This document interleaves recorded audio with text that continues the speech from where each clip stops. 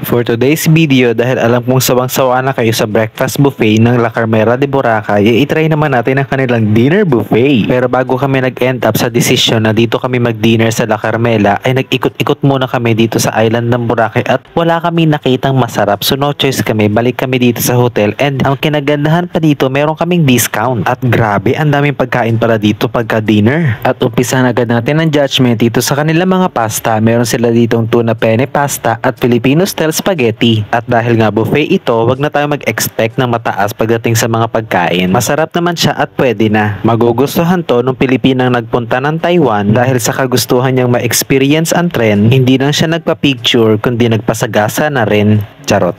At bilang emeng advocate tayo ng healthy living ay dito naman tayo sa chop suey. Masarap siya at very savory yung lasa ng chop suey. Tamang-tama lang din yung pagkakaluto ng mga gulay na hindi siya labsak. Perfecto doon sa tayahin mong everyday umaattend ng Zumba, hindi para magpapayat kundi para magpa-cute sa instructor niya.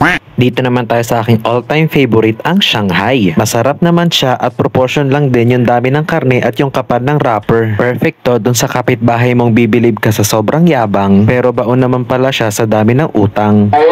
Sunod sa listahan ay itong sweet and sour fish. Hindi ko lang sure kung anong isda ang ginamit nila dito, but I think it's cream dory. Perfect yung pagkakaluto nila dito ng isda dahil hindi siya overcook at hindi rin siya nakakaumay. Yung sweet and sour taste niya ay balanseng-balanse. I highly recommend this dun sa kaibigan mo na mas inuna pang maghanap ng ka-Valentines imbis na ang unahin niya dapat ay deodorant. Charot.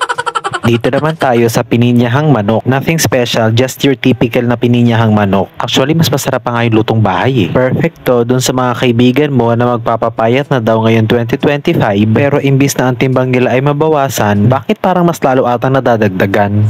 Dito naman tayo sa kanilang beef bulalo steak. Ang pinagtataka ko lang talaga ay kung saan nila nakuha yung idea ng bulalo, hindi naman lasang bulalo to. Mas more on beefsteak ang nalalasahan ko dito. Masarap naman siya at very savory ang lasa na magugustuhan ng kapitbahay mo na ang hilig mang-away ng kapitbahay tapos ang hilig din magnakaw ng malunggay.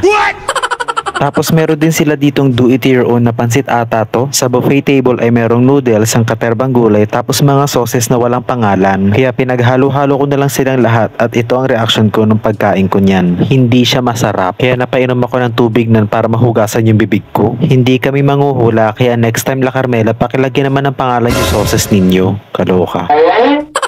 At dito naman tayo ngayon sa kanilang mga desserts, pero unahin muna natin yung kanilang buko pandan cake at chocolate cake. Sakto lang yung tamis nila na tipong hindi ka naman kukulbitin ng mga kamag-anak mong namatay sa diabetes.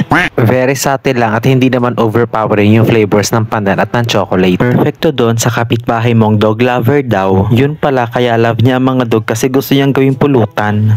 And lastly, para sa ating mga pagkain ay itong kanilang lychee salad. Hindi ako fan ng mga lychee pero ito nagustuhan ko to kasi very creamy at sakto lang yung tamis niya. At very subtle lang din yung atake ng flavor ng lychee. Deserve to ng mga nagpa-fire dancing habang kumakain kami dahil pinagpawisan ako ng malala dito, hindi dahil sa init ng kanilang performance, kundi dahil masakit na ang tiyan ko at tinatawag na ako ng inang kalikasan. Pero seryoso, dali-dali na ako nitong bumalik sa kwarto namin at naglabas ako ng sama ng loob. Baka kasi hindi ko mapanindigan yung pagiging sosyal tapos dito pa ako magkalat sa labas. Charot.